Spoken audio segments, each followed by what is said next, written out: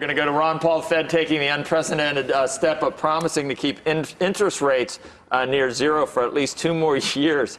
Joining us now, a man who hasn't been afraid to criticize the central bank, Congressman Ron Paul. He's a Republican from Texas, also a presidential candidate. Were you watching yesterday, Congressman, as the statement was coming out? And what do you do? Do you sort of, as you hear each additional statement, what was your reaction? Well, more of the same. I wasn't surprised. That's the only thing that the Fed knows how to do, and that's the only thing Bernanke ever believed in. For him to have done something differently would have been a real surprise to me. But the results of what he said wasn't a surprise at all. I mean, it's just further devaluation of the currency, and that is why gold prices went up. Actually, gold prices don't go up. It's just that the dollar goes down, and people are anticipating the dollar is going to continue to lose its value, so we can anticipate that there's going to be a lot of price inflation down the road. I mean, it is at this point. Is it parabolic yet in gold in your view? I know you're not obviously you're not a gold investor, but when it moves $60 day in and day out, and everything seems to be going in its favor, I mean, do you think that it can go to $2,000–$3,000? Oh, yeah, because it could go to zero if we continue to do what we're doing.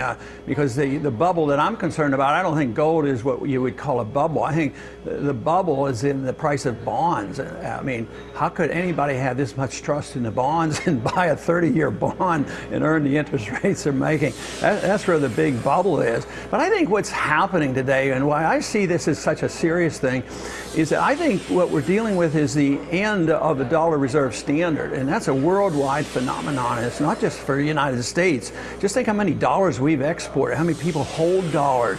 And if this dollar is in big trouble, which is what I think is the problem, I mean, this is just not a minor problem. This is probably a bigger problem than the world has ever faced before. Never has been a fiat currency been used as a reserve standard as so pervasively around the world.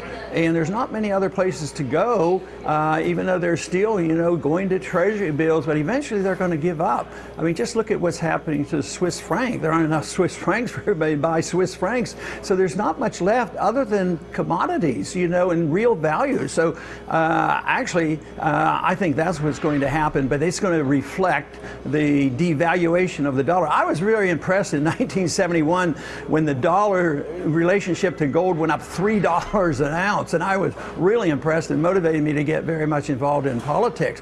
So you can imagine what I think about 1/1700th of an ounce of gold is a dollar. I mean, it's just phenomenal. I'm utterly amazed that this lasted this long, and they're desperately trying to keep this together because everybody has an interest in saving the dollar, even the Chinese are. But believe me, I do not believe you can save the dollar reserve standard.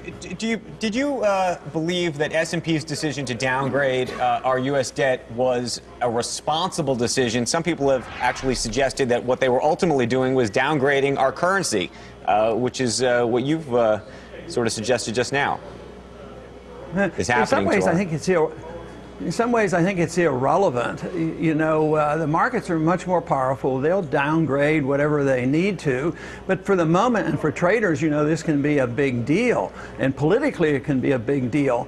But if one announcement like that from somebody like Standard & Poor's that didn't have any idea what was going on with Fannie Mae and Freddie Mac can change things. So if that announcement pushes the dollar down and causes some chaos in the stock market, they were destined to do that anyway. So those are just excuses. So I don't think an announcement, although in a very short time in a day-to-day trading has a significance, that doesn't change things. What if they made this announcement and the dollar was as good as gold and everything was hunky-dory? Those announcements would have no meaning.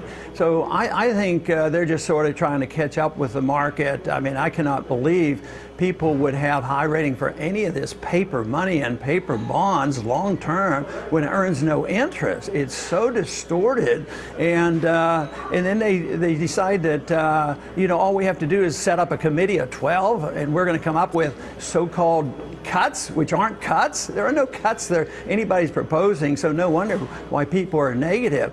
But what I worry about the most is the consequence of currency destruction is violence. And boy, every day there's more and more violence, whether it's in London, demonstrations in Israel, all around the world, revolutions going on. And this is all related to sometimes prices of food going up. And this is all related to this fictitious notion about what money is and what it should be.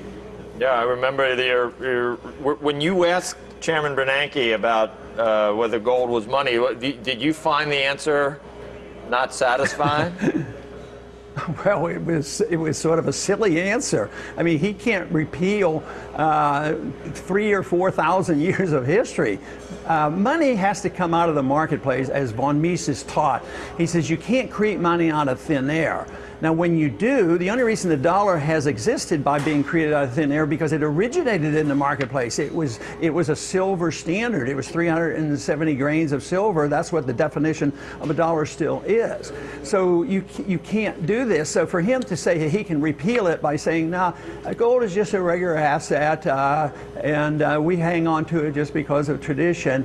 But the markets are saying, look, when times get tough, they go to the gold. And that's not my theory, and that's not a recent theory. That's been around for a long, long time, and they're not going to be able to repeal it. All right, Congressman, we appreciate your time this morning. We hope to see you again soon. And, you know, you're like in the top 3 on most of these polls, so I don't know how you get to the top, but probably doesn't hurt coming on the show. Anyway, good to see you. Thanks a lot. Okay.